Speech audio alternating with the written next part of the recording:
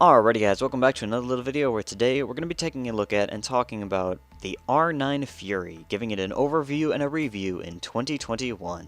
Let's get into it, shall we?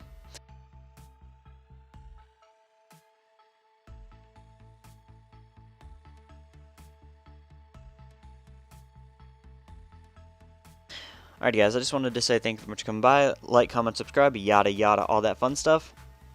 Let me know down in the comment section below whether or not you guys actually like the R9 Fury cards, because they're kind of a mixed bag. I've talked to some people who love them, talked to some people who hate them, but I digress. Let's get into the meat and potatoes of this video. Okay, so what is the R9 Fury? The R9 Fury was a graphics card released back in July of 2015. Now, the graphics card was slated to try and take on the GTX 980, but unfortunately, due to its lackluster core, it was only able to sit between the 980 and the 970. But it was actually competitively priced for the 980 instead of the 970, so it pretty much costs more while performing less. But this was the first generation of graphics cards that had HBM. HBM stands for High Bandwidth Memory. And to go over the specifications of this card, it has a Fiji core with 3,584 stream processors, 4 gigabytes of HBM, and a 4096-bit memory bus, meaning that it has absolutely insane memory performance on this graphics card. Unfortunately, that insane memory performance did not lead to insane graphics card performance.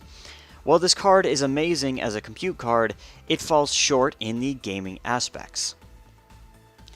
But even with that being said, this is still a fantastic little graphics card if you can get it for a good price. Now, let's go over some benchmarks for this graphics card before we get into pricing and my opinion about it.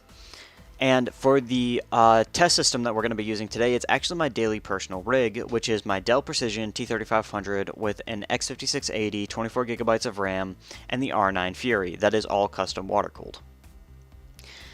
So, our first game that the first game that I benchmarked was Rainbow Six Siege. This game got an average of 172 FPS at 1080p high settings running the in-game benchmark. And it seemed to run pretty well, and the few games that I have played of Rainbow Six Siege, granted I have not played a lot of that game, it ran fantastically. And this graphics card is very much overkill for a game like Rainbow Six Siege. The next game that I tested was the game you guys are currently seeing on screen, Elder Scrolls Online at 1080p. I believe it's mixed settings, but I have the graphics texture set to Ultra. This game ran anywhere between 60 FPS and about 110 FPS. This game both looks fantastic and runs really darn well too. The next game that I tested was The Division 1. Now, The Division 1 at 1080p Ultra settings received an average of 71 FPS. Yet again, a very good showing for the R9 Fury. Granted, this is an older AAA title game, but still a good AAA title game nonetheless. Okay, so for the next game, I looked at Borderlands 3. Borderlands 3 at 1080p medium settings using the DirectX 12 API, we saw an average of 63 FPS. When I dropped the settings down to 1080p low, I got an average of 76 FPS, with better average frame times to boot. And the final, more intensive game that I tested was Cyberpunk 2077. While driving around the city on a motorcycle at 1080p low settings, I dropped down all the way to about 20 FPS, but when I was indoors and in combat, I was sitting closer to 40 to 60 FPS at 1080p with a 70% render resolution scale. So the game still looked fantastic, but did not run the greatest. Granted, that very well could be just the fact that that game is extraordinarily unoptimized and very hard to run. Even new hardware has a hard time running a game like Cyberpunk 2077. But I really don't play AAA title games on my daily rig. The games that I typically gravitate towards are games like Dota 2 and Counter-Strike. Both Dota 2 and Counter-Strike ran fantastically on this system, easily hitting, for Dota 2, hitting about 145 FPS, and for Counter-Strike, sitting at about 170 FPS respectively. Now, please note that those are both more CPU-intensive games than GPU-intensive games, and the R9 Fury is seriously overkill for both of those titles. But, with that being said, that is the graphics card that I've been using primarily for video editing and rendering. Now, for content creation, the R9 Fury is fantastic. When it comes to the built-in AMD video recording and video streaming apps that are built into the drivers, they're second to none. I understand that people have a high opinion about the newer NVIDIA graphics cards having the new NVIDIA NVENC encoder. The NVENC encoder cannot hold up compared to what AMD has been able to pull off with their driver optimization for recording and streaming video directly from your GPU.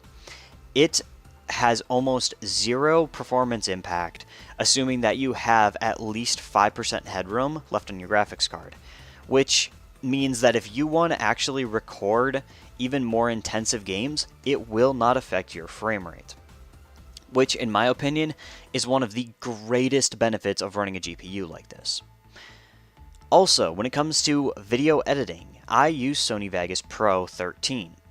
So when it comes to video editing, the R9 Fury actually takes most of the brunt workload for editing out the videos either in 1080p or 4K, depending on the format of the video, and it is a genuinely impressive GPU. It would cut my render times down by a good 60 to 80% depending on the actual video workload. But that is just my personal use case and why I still have an R9 Fury in my main system. Now, the HBM memory is very desirable, but also at the same time kind of undesirable, if that makes sense.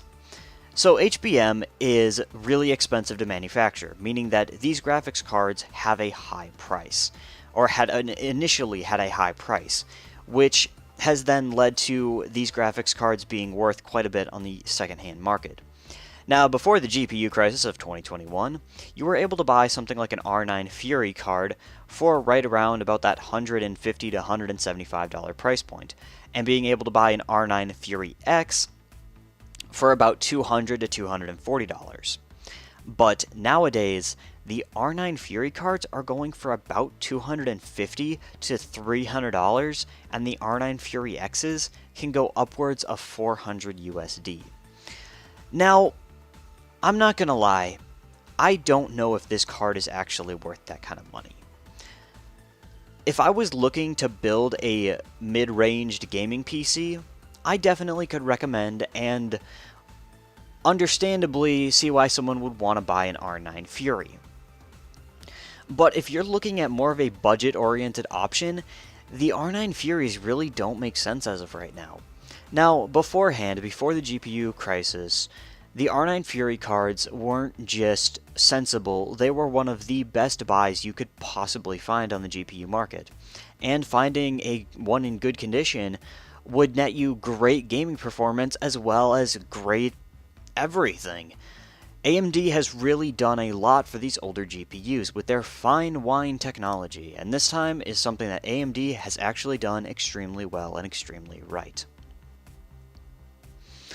But there is also one big downside to this GPU and why it wasn't initially all that popular. Yes, this card was expensive, but this card also has one big glaring issue that some people simply cannot accept. And that is that these GPUs have coil whine. And I'm not talking just a little bit of coil whine, I'm talking a lot of coil whine. The R9 Fury cards, being the R9 Fury, the R9 Fury X, and the R9 Fury Nano, are all notorious for having very, very loud coil whine. And if that is something that bothers you, this would not be a GPU that I could recommend. But if it doesn't bother you like me, this GPU doesn't just provide great value for money, it provides one of the best content creation cards for a reasonable price. Now, if you're looking at getting into video editing, streaming, gaming, and doing all that stuff on a singular machine, an R9 Fury card is an easy recommendation. At 1080p and heck, even some entry-level 1440p stuff, this card is fantastic. And this card destroys pretty much everything you could throw at it.